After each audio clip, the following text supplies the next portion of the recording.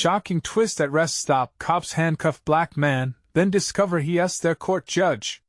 Malcolm Bennett stepped out of his car, his legs aching from the long drive, each stretch releasing tension. He shook his head to clear the cobwebs of another exhausting week in court, where he'd navigated heated arguments, unsettling truths, and the uncompromising weight of justice. He was respected, almost revered, in his small Midwestern town, yet, as he inhaled deeply, a gnawing feeling stirred within him. Was it the weight of systemic injustices or the burden of expectations that left him feeling like he was treading on eggshells? Compelled by a sudden need for simplicity, he walked toward the rest area, a familiar setting where life's complexities temporarily faded. Yet, as the sun began to dip below the horizon, casting long shadows, the pervasive unease in the pit of his stomach heightened. Suddenly he was jolted from his thoughts by the screeching tires. 3 squad cars whirled into the parking lot, lights flashing like fireflies in the dusk. They weren't here for the usual traffic violations. He noticed the officers scanning the area, their eyes narrowing, fingers brushing against their holsters. A tremor ran through him. Was he being judged without a chance to defend? He couldn't shake the feeling that perceptions were shaping narratives again, as they often did in his world. As they approached him, his heart raced. It felt absurd, yet the gnawing fear settled deeper. Could he be seen as a threat simply because of the color of his skin? "Sir, step away from the vehicle!" one officer barked, and Malcolm's mind began spiraling. How could this happen? He was a judge, an advocate for justice. Yet he stood frozen, a target of misjudgment. As they moved in closer, the handcuffs clicked into place around his wrists. The taste of humiliation burned bitter on his tongue. I am a man of the law, he thought. How could they not see that? Caught in the whirlwind of indignation and anger, he struggled against the restraints. He wanted to shout, to demand acknowledgement. But deep inside, Malcolm remembered his upbringing in a low-income neighborhood, the teachings of resilience and dignity instilled by his parents. They had conquered so much, and here he was, teetering on the brink of despair and righteousness. Before we continue, I need to tell you about something important that's happening. YouTube has been making changes to the system and many people are losing notifications from channels they follow. If you're enjoying the content, click the bell and mark all notifications so you don't miss the next videos. And if you can leave a like, it really helps with reach. Seriously, it makes a difference. Oh, tell me in the comments where you're watching from. I'm always curious to know who's on the other side of the screen. Now let's continue. Malcolm could feel his spirit rising against the oppression that clamped down. He glanced at the officer's one young rookie's face betrayed uncertainty. Could he see the finest creations of resilience in Malcolm's eyes? As tension thickened, doubt wrapped tightly around Malcolm's chest. Would he shout names or seek accountability? Or forgive a mistake rooted deeply in bias? His body shook as the current of injustice struck hard. In that suffocating moment, all he could do was wait for the recognition, for a chance to rebuild the dialogue on race, on identity, on justice.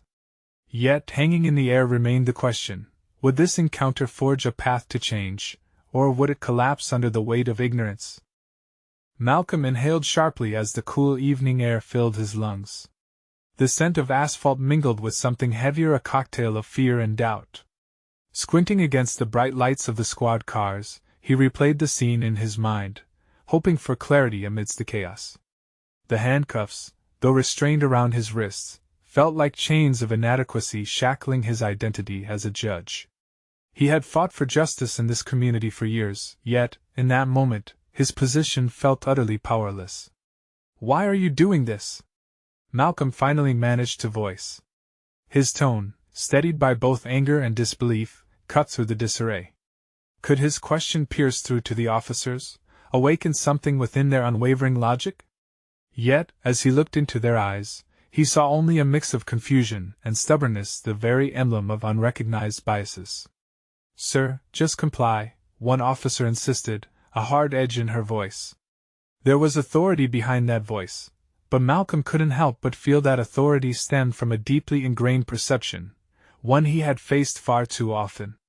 As they led him towards the cars, Malcolm's mind raced. The awkwardness of the situation was paralleled by an unsettling resolve brewing inside him. This was more than an encounter, this was a testament to a systemic flaw. What was unfolding here represented years of built-up ignorance, and he could feel the weight of responsibility to address it. Everything became clear. He had to reclaim this narrative, not just for himself but for those who faced the same claustrophobic injustice every day without the societal armor he had acquired. "Wait. I'm Judge Malcolm Bennett," he declared, his voice calm but firm, brimming with certainty as he refused to let panic overwhelm him. He could see the flash of recognition on the rookie's face. It was as if a light bulb flickered above his head, illuminating the nuances of Malcolm's authority instead of merely his skin. He was no longer just a black man in their midst. He was an embodiment of their failures, a living, breathing reminder of their role in the flawed justice system.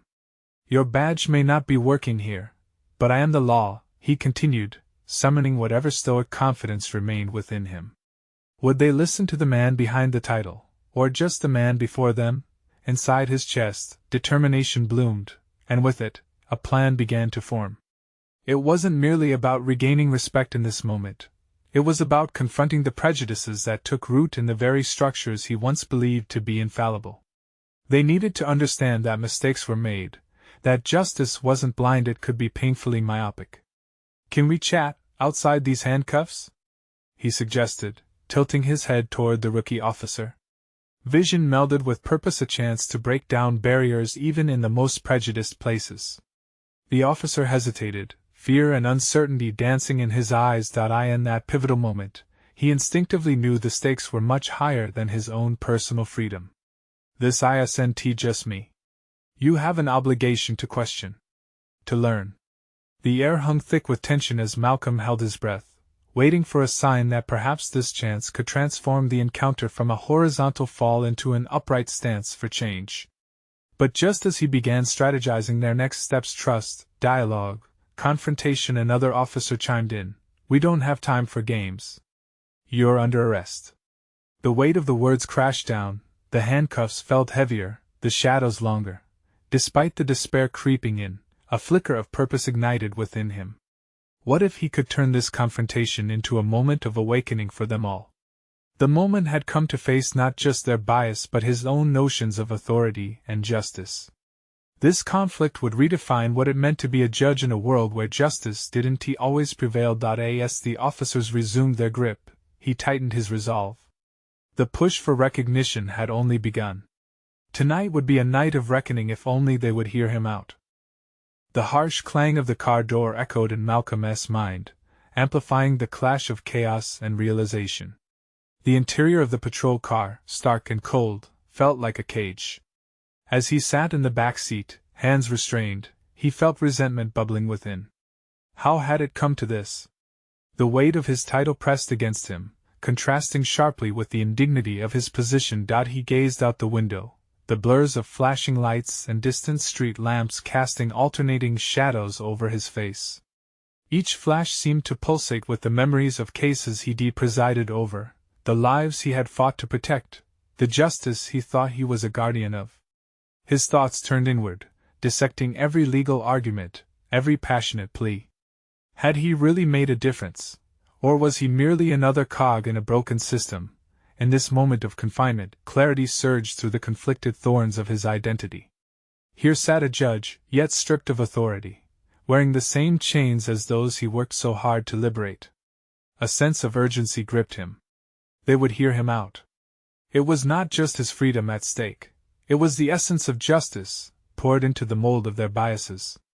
"Why?" he whispered to himself, quiet but insistent. "Why am I so willing to accept what they decide?" The question settled in his mind like a weight, one that begged for confrontation. They may have the physical power, but Malcolm held a different arsenal: knowledge, experience, conviction. What happened next depended on how he wielded this strength. The officer in the front seat occasionally glanced into the rearview mirror, uncertainty flickering in their eyes as they returned to their chatter. Malcolm had to act.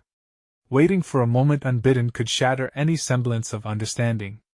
With newfound determination rising like a flame, Malcolm leaned forward, his voice steady despite the tension tightening around him. You don't know who you're taking in today. Can't you see? This isn't just about what you believe justice is. It's about how you execute it. The rookie visibly stiffened. Perhaps the lecture had pierced through the shell of their training. Malcolm seized the moment. Do you really think this is good policing? What if I told you that I could help you understand how deeply the community feels the weight of your decisions? Every wrong arrest chips away at the trust between us. An officer turned slightly to face him, brow furrowing as curiosity mingled with doubt. You're saying you can change how we do things? Malcolm nodded. Yes. And you can start that change right here, right now. He emphasized his gaze, willing them to grasp the gravity of his words. But it requires you to open your mind. Consider the possibility that systemic biases exist, even among the best of us. We all hold preconceptions that warp our judgment. Laws should protect, not oppress. The chatter ceased. Tension mounted the air, thick with a blending of fear and possibility. Malcolm could almost feel the gears shifting in the rookie's mind. Was he taking the first step toward dismantling walls that oppressed so many? Let us talk about what it means to serve, he urged, heart pounding not just with fear but anticipation. Every second ticked closer to a decision that would shape the way they all perceived justice both in and out of this vehicle. He could not control their responses, but what he could do was lay the groundwork for dialogue. If they engaged, shared, and questioned their own beliefs, perhaps this night could spark change in ways he had never imagined. As the vehicle halted at an intersection, Malcolm knew he needed to push further. You must want to do better. We can't fix a broken system unless we start examining ourselves where we've gone wrong. Let us not just be enforcers, let us be partners in justice. But a sudden jolt brought him back. The realization struck as fresh voices livened in the patrol car, the thick tension broken by the arrival of more officers, a strong signal of impending escalation. This was no longer just an argument. Malcolm's fight for justice lay on the precipice of becoming a full-blown confrontation. Would they see it through, or would escalation drown out the potential for change? He took a breath, ready for the fray, knowing the stakes had raised immeasurably. The time had come to face not just their biases, but also his fears about what was left to fight for. Malcolm felt the heat rise within him as the patrol car doors swung open, flinging a new wave of chaos into his contemplative space. The vibrations of voices spilled in, overpowering his earlier resolution, and he braced himself for the confrontation that hovered on the brink. Out of the corner of his eye, he could see the looming figures of additional officers, their expressions swelled with curiosity and incredulity as they processed the situation. He had to act, and he had to act now. Step back, one of the new officers barked, gesturing the others to form a barrier between him and the growing crowd. Their authority cloaked them with a sense of invulnerability, but Malcolm could still sense the hesitation in the air, a crack in their confidence that only he could exploit. I'm not your enemy, Malcolm declared, raising his voice to resonate above the noise. His heart raced as he leaned into the moment, recalling the cases he had presided over. Each judgment he had made now seemed to echo in these harsh surroundings. I'm a judge, and I'm here to ensure justice. But justice is more than just the law, it's about human trust, dignity, and understanding. The officers exchanged glances, uneasiness twitching at their features. One officer, with a weathered face that suggested experience, stepped forward and squinted suspiciously. A judge? Really? You're in the wrong vehicle for that, he scoffed, bitterness threading through his challenge. Malcolm took a breath, knowing this was his chance to reclaim authority he had thought lost. This isn't about me being a judge. It's about acknowledging the flaws within our system. I can help you all understand the impact of your decisions. Every interaction with the community is an opportunity to either build trust or destroy it. For a moment, he watched their faces change, shifting from skepticism to a spark of intrigue. Questions danced in their eyes as they began to process his unexpected presence. But the moment was precarious, teetering on the edge like a seesaw, and he couldn't let it slip. Okay, then explain, the weathered officer replied, arms crossed but posture softening. What's the point of this? Malcolm seized the opening. The point is to confront our biases, to recognize that sometimes the law can perpetuate unfairness. You see me as a judge, a man of the law, but you have to understand how easy it is to dehumanize someone, to see them solely as a case number. I've been part of that system. I've enforced laws without understanding their full consequences. A quiet descended momentarily as his words took shape. Sensing their readiness to listen, he added, "Let us talk openly. Share your experiences. What instances made you question your approach to justice? I can understand your perspective as much as you need to understand mine." Tension coiled, but within that tightness lay potential a chance to redirect this chaotic energy into something constructive. Each officer shifted slightly, a telltale sign that they were weighing their reactions. The climate was changing, and Malcolm felt hope flare. But the atmosphere quickly shifted again as a radio crackled to life, calling the officers for backup to a nearby disturbance. The uneasy connection Malcolm had begun to forge threatened to fracture under the weight of urgency. "Listen, we don't have time for this debate," one of the younger officers interjected, anxiety lacing their voice. "We have to handle our next call." "Do what you must, but know this," Malcolm countered, adrenaline propelling his words. "If you rush into every situation without reflection, you'll make mistakes that could cost lives. Understand that the law is just a tool, it requires human insight to wield it justly." A collective breath held like a fragile crystal, requiring only the slightest nudge to shatter it. For Malcolm, every second felt critical. This was more than an opportunity for dialogue. This was a defining moment in a struggle to redefine justice from the inside out. The officers glanced at each other, uncertainty splitting their ranks. Malcolm pushed forward, the urgency compelling him. "Choose to be those who inspire change not just within this patrol car, but in every community you serve. You can shape what justice looks like going forward."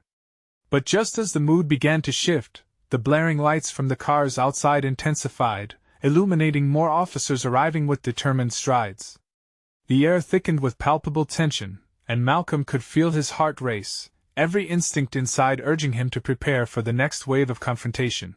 Would they embrace the potential for change or retreat back to the same systemic failures?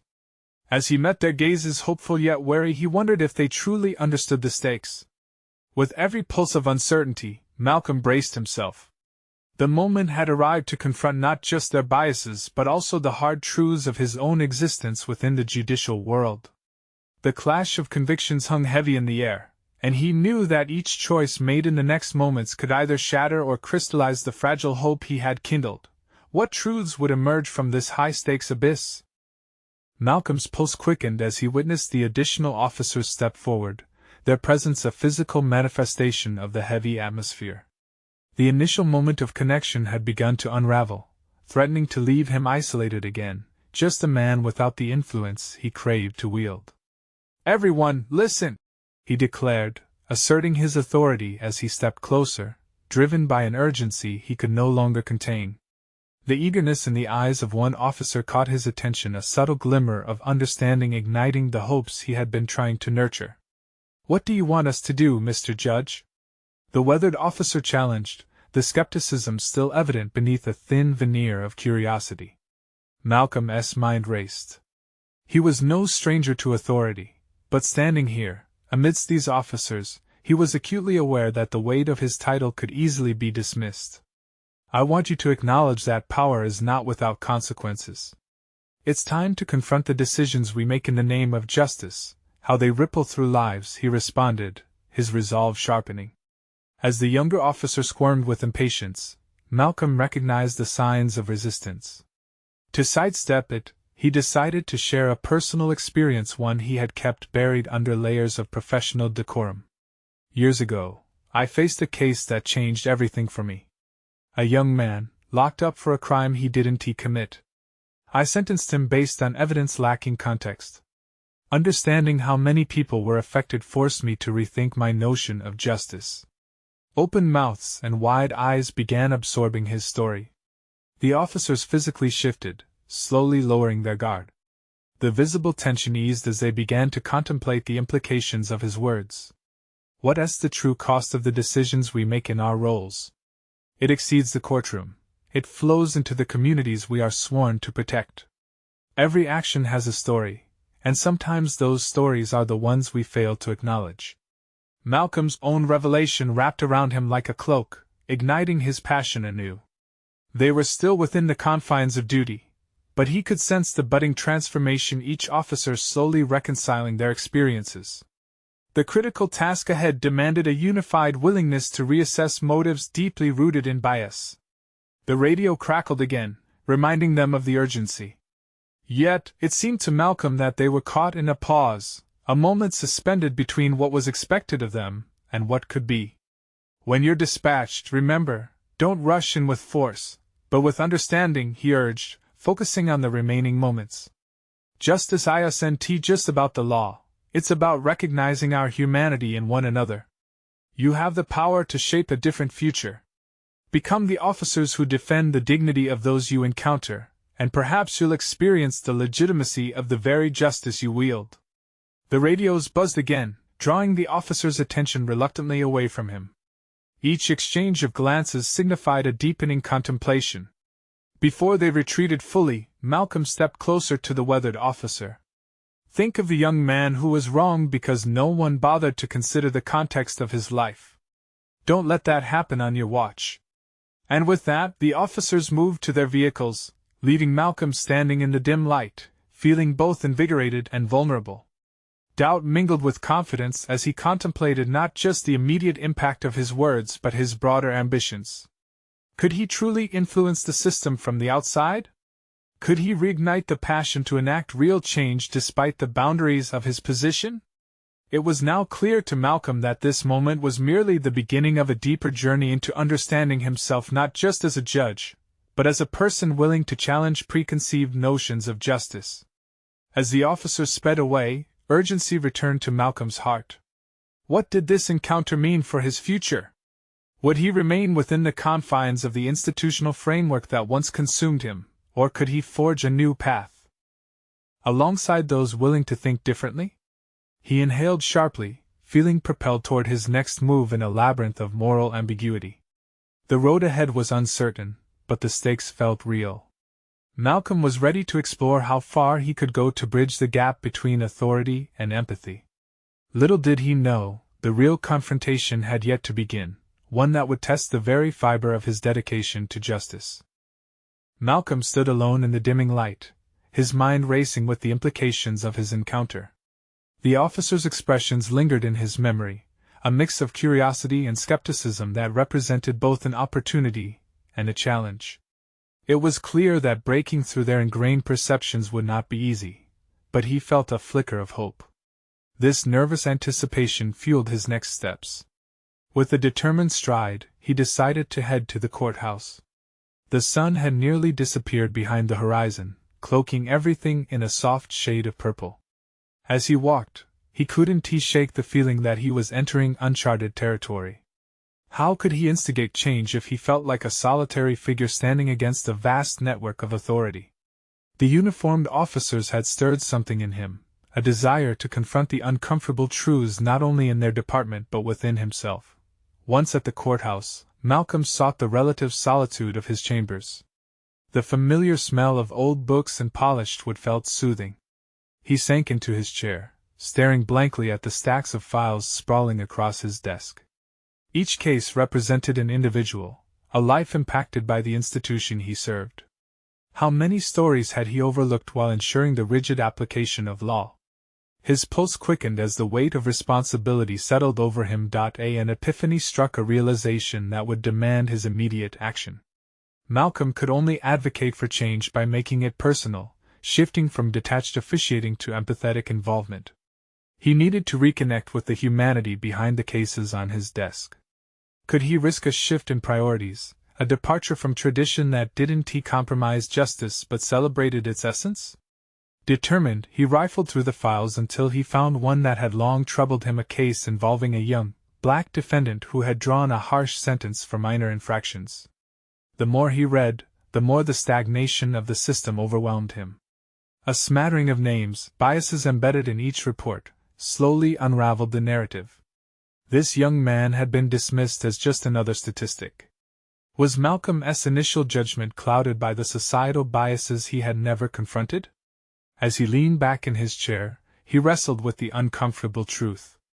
The corridors of power had molded him just as much as the individuals he had judged, shaping his perspectives without his conscious realization. He felt the push of a new ambition. Could he approach law with the same urgency that the officers he had spoken to displayed? With a deep breath, he decided on a course of action. He would hold a workshop with the officers, a space for discussions not just about the law, but about compassion and understanding. He envisioned an environment where stories were shared, one where they could strip away the labels of authority and recognize the shared humanity beneath. Ideas stirred, forming a plan to immerse himself in the very communities he served. He wanted to speak directly to individuals impacted by the law, to facilitate dialogues that might bridge the entrenched divides. Yet, as thoughts solidified into intentions, unease settled in. What if these discussions failed? What if he encountered resistance instead of the openness he sought? Would those he aimed to influence merely roll their eyes at his attempts to humanize the law? Malcolm felt the weight of these uncertainties weigh heavily upon him. Could he bear the backlash and worse, the disappointment if he sought to challenge deeply held beliefs? The echoes of his own self-doubts were a stark reminder of how ingrained prejudices could dismantle even the most well-intentioned plans. The moment of truth was approaching. Malcolm prepared himself for what lay ahead, the realization dawning that he was on the brink of confronting not only the officers but also the very essence of his identity as a judge. What protected him was also his prison. Was he ready to risk everything he built for the possibility of empathy in law? The answer loomed larger with every passing moment, challenging Malcolm to take the next step. And without further contemplation, he picked up the phone, determined to arrange that first meeting, knowing full well that it could either launch a breakthrough or lead to his unceremonious fall from grace. Would he emerge unscathed, or would the very foundations of his career begin to crack under the pressure of authenticity? Malcolm's hand trembled slightly as he placed the phone receiver down. The lingering sensation of adrenaline coursed through him, igniting his resolve but also stirring anxiety. He had proactively reached out to the officers, proposing a workshop, a platform to challenge the stark realities of their work. Yet the aftermath of that decision began to sink in. What if they rejected him outright? What if, upon hearing his agenda, they dismissed him as just another idealistic judge deluded by naivety? Days melted into one another as he prepared for the upcoming meeting. Each morning, Malcolm found himself awake before dawn, thoughts spiraling around best-case scenarios and worst-case outcomes. He wrote outlines, dashed out ideas, and sketched personal stories he intended to share in an effort to expose raw truths that lay beneath the rigid structures they all operated within. But for every word he crafted, another wave of doubt crashed in.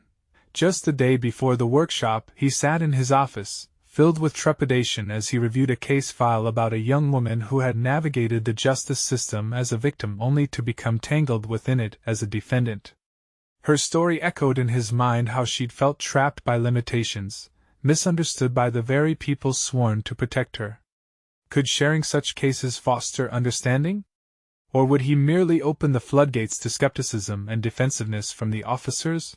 He looked around at his office, searching for the motivation to push through. The shelves holding musty tomes of law felt burdensome, reminders of a system that often favored order over individuals. Yet, in that moment, he recalled the officers' faces from their first meeting, the curious eyes that had scrutinized him, waiting for him to falter or to validate their concerns. Vulnerability could be his weapon, he realized, not his weakness. Determined to face the officers as someone relatable, Malcolm considered sharing aspects of his own background, his own struggles with biases, the inherent conflicts between his upbringing and the impartiality he had cultivated. Sharing himself would require tearing down the walls of his own identity, risking judgment not only from the officers but also from himself. It was a daunting challenge, veering away from the guise of authority he had grown accustomed to and into the realm of personal narrative. As the clock ticked closer to the workshop, he dove into preparation with fervor. He pulled together recent statistics about racial sentencing disparities, weaving in personal anecdotes that highlighted his empathic shift. He rehearsed in front of a mirror, grappling with the fear that there might be little to no engagement from officers who had spent years hardened against change. Would they be receptive, or would they see him as a threat, a legal adversary to their established norms? Finally, the day arrived. Malcolm stood outside the training room, his heart pounding. Memories raced through his mind, each instance of bias he had witnessed as a judge, every furrowed brow and laden decision that haunted him. He thought of the young woman, the faces at the courthouse, the officers he would meet. This was not merely a workshop, it was a reckoning, an attempt to redefine the relationship between law, individual narratives, and systemic beliefs. He inhaled deeply, centering himself in the moment, reminding himself that he could not control their reactions, only his intent. When the officers arrived, he caught their curious gazes, but the warm light of an unexpected camaraderie flickered in some of their eyes. He was not afraid to be vulnerable. He was ready to challenge the system and invest in understanding. Yet, as he stepped forward to begin, a tension filled the air. Unbeknownst to him, he was about to encounter an officer with a personal grudge, someone who had long resisted any challenge to their way of thinking. The confrontation that awaited could either deepen their division, or redefine Malcolm's journey towards authenticity forever. The time had come to face a truth he had long avoided. Would his vulnerability serve as a bridge to justice, or would it shatter beneath the weight of entrenched power? Malcolm's voice cut through the thick air of the room as he began to speak. Despite the anticipatory silence weighing down around him, he led with a bone-deep honesty. He shared the story of the young woman who had become ensnared in the justice system, an account deeply personal, but also universal in its implications. As he relayed her struggles, he felt the warmth of his own vulnerability, a stark contrast against the cool detachment he was so accustomed to exuding in the courtroom. Yet just as he found his footing, he sensed the room shift. An officer named Dawson, burly and standing with an air of skepticism, crossed his arms defensively, brow furrowed. Malcolm considered him a potential adversary, one who might harness the gathered energy to counteract his message. He could almost hear Dawson's inner dialogue. Who was this man before them, this judge advocating for a supposed reconciliation they hadn't asked for? Aware that he stood at a crossroads, Malcolm pushed deeper into disclosure. He spoke not only of the young woman's story but also of his own vulnerabilities, the weight of preconceived notions that had once shaded his own views. He paused, searching faces, looking for even a flicker of understanding. Most officers simply masked their expressions, while Dawson's frown darkened further. The tension thickened, and Malcolm felt an instinctive stab of apprehension. This was the moment he had prepared for, yet the reality of confrontation loomed larger than ever. "Your job isn't easy," he admitted, his voice unwavering. "I know any changes to how you perceive your roles here might feel like an attack on your integrity. But leaning into uncomfortable truths can lead us toward progress. I've grappled with my biases, just like any human would." At that moment, Dawson interjected, voice raw but heavy with authority. "And what makes you think you can sympathize with us? You sit behind that bench, making decisions in an ivory tower. You have little idea what it's like out there in the field." His challenge hung palpably, an immediate challenge to Malcolm's resolve. Their exchange sharpened the room's focus, a spotlight on the fissures of hesitation that split professional confidence from personal advocacy. A part of Malcolm recoiled at Dawson's words. They exposed the exact rift he sought to bridge. But rather than retreating, he leaned further into the tension. He recalled moments of doubt from his own journey, how he had come to discern equity from privilege, and spoke them aloud, hoping to shift the air in the room. "Your experience is vast, and I respect that. But my goal is not about undermining your authority, rather it's about understanding the biases we all carry. Our jobs intersect in ways that can pave paths toward justice instead of defining us by what divides us." Dawson's eyes narrowed, and Malcolm saw something shift within him, but it wasn't acceptance, it was renewal of defensive resolve. The resonance of doubt thrummed loudly between them, and Malcolm felt an urgent pull to engage that he hadn't anticipated. The moment bore down on him like a weight, yet he recognized that this was part of the process. Taking a deep breath, he transitioned to invite a dialogue, urging the officers to share their experiences. What do you feel about the systemic issues we're facing? What narratives do you carry from your experiences on the streets? The officers shifted uneasily. Malcolm's question flickered a spark, and the apprehensive mood simmered with the potential for dialogue. Slowly, Dawson opened up, recounting a particularly traumatic encounter that had shaped his views on judgment and procedure. In that moment, Malcolm sensed the cracks forming, the beginnings of a fragile understanding. For the first time, they stepped into each other's shoes, if only briefly, navigating the shared ground of pain and hope. But as voices began to rise in measured cadences of vulnerability, Malcolm understood danger lurked beneath this exchange. It could just as easily dissolve into dismissive retorts or reinvigorate walls meant to be dismantled. Malcolm realized he was not merely fighting for his own narrative, but for the possibility of a collective reckoning. Yet as the dynamics shifted, Dawson's agitated demeanor threatened to brim over once more, challenging the tenuous progress they had made. In that moment, Malcolm understood. True growth would require more than facts. It demanded transformation in real time. He braced himself, knowing full well that Dawson's next words could either help seal a bridge toward understanding or rend deeper divisions. The future of the workshop and perhaps his endeavor to alter perceptions hinged precariously on the unfolding dialogue. Would it mature into a moment of shared enlightenment, or devolve into confrontation? He couldn't predict Dawson's next move. And as Malcolm's heart raced with the pulse of uncertainty, he asked himself the question that would shape the direction of not just the workshop, but of his own journey toward authentic engagement. What would he sacrifice to spark genuine conversation with someone who might actively oppose him?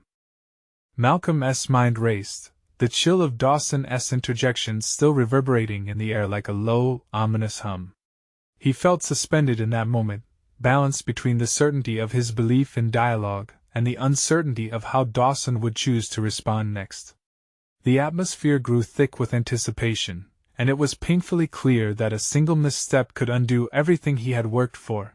Dawson squared his shoulders, his expression taut with a mix of defiance and curiosity. Malcolm sensed this was the fulcrum, the very point where he could either tip the scales toward understanding or plunge back into conflict. He had already exposed himself, his vulnerabilities laid bare, but it was time for Dawson to reveal something deeper. "Look," Dawson began, his voice low but edged with urgency. "You talk about biases like they're a choice. But you don't know what it's like when you have to make split-second decisions to protect your partners or yourself.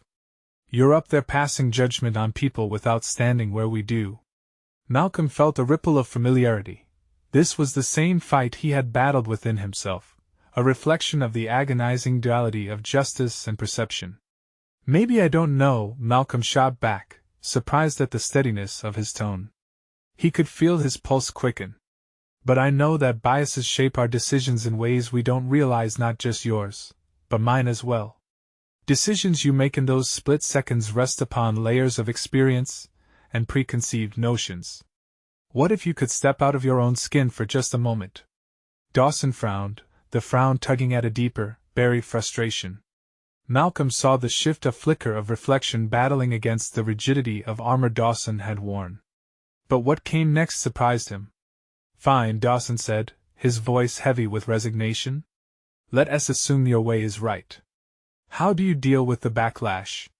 The consequences of living in a world that just doesn't care?" Malcolm's stomach tightened. Dawson's question struck at a core fear he grappled with constantly, that the very system he sought to change could just as easily dismantle him. It was raw, and he realized that Dawson stood on the precipice, caught between resignation and a longing for more meaningful connection. "I deal with it every day," Malcolm admitted, the wince of vulnerability creeping into his voice. "But I refuse to let fear dictate my path. The world may not care, but I do. And I cannot be paralyzed by that indifference. What we do in those moments when we care, that's what defines us." In the silence that followed, the other officers' expressions shifted. Some looked thoughtful, others skeptical. But with Dawson's unwavering gaze still on him, Malcolm sensed an opportunity to shift the narrative he had set into motion. Every judgment we pass reverberates like ripples in a pond, he said, working to steady his breathing. We have the power to change lives, not just the defendants, but your fellow officers, community members, even me. I can't do this alone. We need to learn from each other. We are bound by our roles, but we're more than that. A deep breath filled the room, and just as Dawson opened his mouth to reply, a sharp voice punctured the air. You think you're some sort of savior? You're just a judge. This is not a movie. Malcolm turned to see a younger officer, his expression a mix of skepticism and anger. The ripple effect of tension buzzed through the room once more, settling over Malcolm like an unwelcome shadow. What can a judge really do? This is a lost cause. You're not living our reality. The accusation landed hard, triggering something deep within Malcolm. His resolve began to falter at the thought. Was he really perceived as an outsider, a judge who didn't belong? Perhaps he was living a fantasy.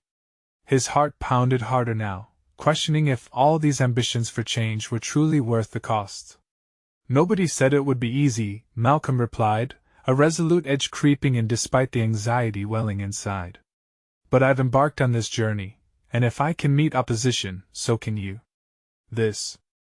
Isn't just about justice, it's about discovering our humanity in one another. We can either reinforce the walls between us or choose to dismantle them. The challenge lingered in the air, heavy with uncertainty. He understood the stakes had just escalated. Would his declaration spark a more profound conversation, or devolve into rebellious outbursts? Malcolm felt the adrenaline coursing through him, aware that every exchange mattered. He had learned that true growth thrived in the discomfort of confrontation. As the voices filled the room, an idea echoed in his mind, a radical, daring notion that could shift the landscape of their dialogue entirely. What if he had them switch roles?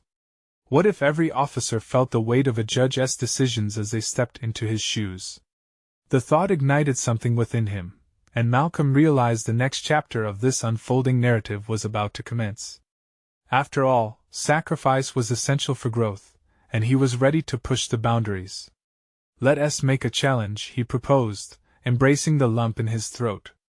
Let us trade perspectives, officer or judge, you name it. Shift roles and see the world through the eyes of someone else. Are you ready to take that leap?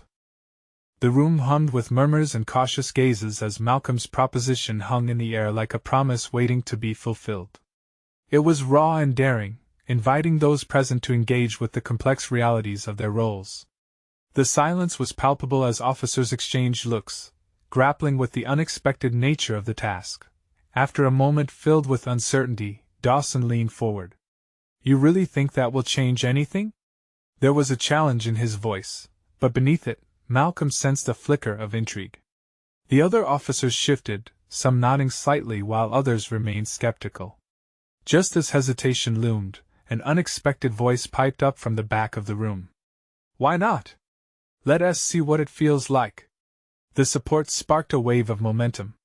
Malcolm felt a rush of hope surge within him. Great! He exclaimed, a smile breaking through the tension. Let us do it. This experience may not just open our eyes, it can propel us toward actionable change rooted in understanding. Realizing the importance of commitment, Malcolm set the parameters.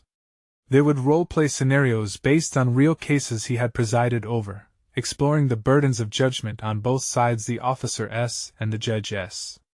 As officers reluctantly accepted the challenge, Malcolm could see the walls beginning to crack. This wasn't merely a workshop anymore. It had transformed into a laboratory for transformation. He carefully selected scenarios that highlighted the complexities faced in the courtroom and on the streets.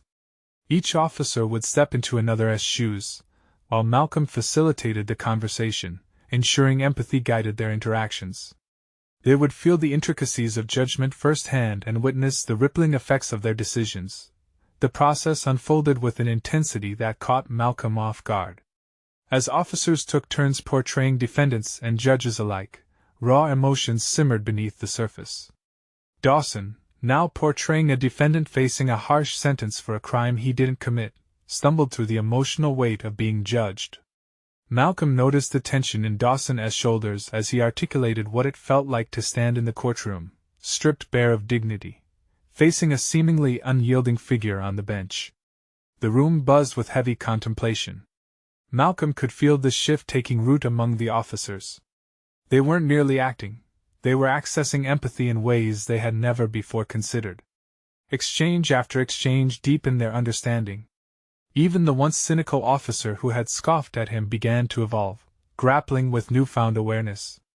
After the final role swap session, Malcolm gathered the group together, ready to bring closure to their transformative experience. "What did you all learn?" he asked, welcoming dialogue. Dawson raised his hand, his voice carrying a tremor of sincerity. "I realized it's easier to judge than to listen. Just standing on that side made me feel small, invisible. I think I finally see why understanding is so crucial in our jobs." Others echoed similar sentiments, each phrase imbued with significance as they shared reflections, recognizing the humanity in each other rather than the roles assigned to them. It was an accomplishment that reached beyond a script. It was the essence of growth collected in a room. As the workshop concluded, Malcolm felt an overwhelming sense of accomplishment wash over him. He had fostered a space where biases were not just discussed but confronted. He witnessed a shift not only in perceptions but in the spirit of those officers. They began to understand that justice was more than mere protocols. It was the pursuit of empathy. And then came the icing on the cake. Dawson approached him with a genuine smile. "Thank you. I didn't think this would change anything, but it's already made me rethink my approach toward policing." Malcolm felt a swell of pride. The journey had been arduous, but this moment of recognition resonated deeply. He stood taller, a solid foundation of confidence blooming within him.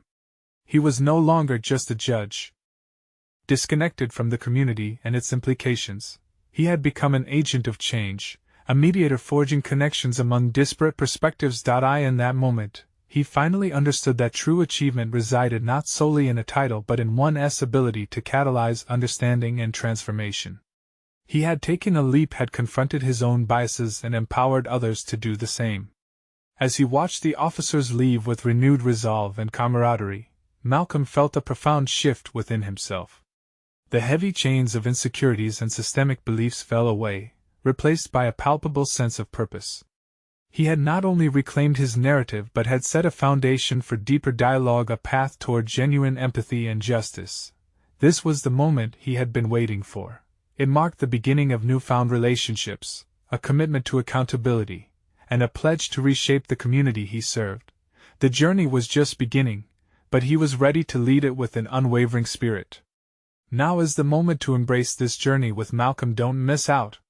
Subscribe immediately to the channel to not miss the next exclusive emotional stories. Leave a like now to feed the algorithm, because your support is crucial. Comment your reactions and theories about Malcolm's transformative journey. Share instantly this video with at least 5 friends who need to see this powerful conclusion. This is your chance to make a difference. Take action now.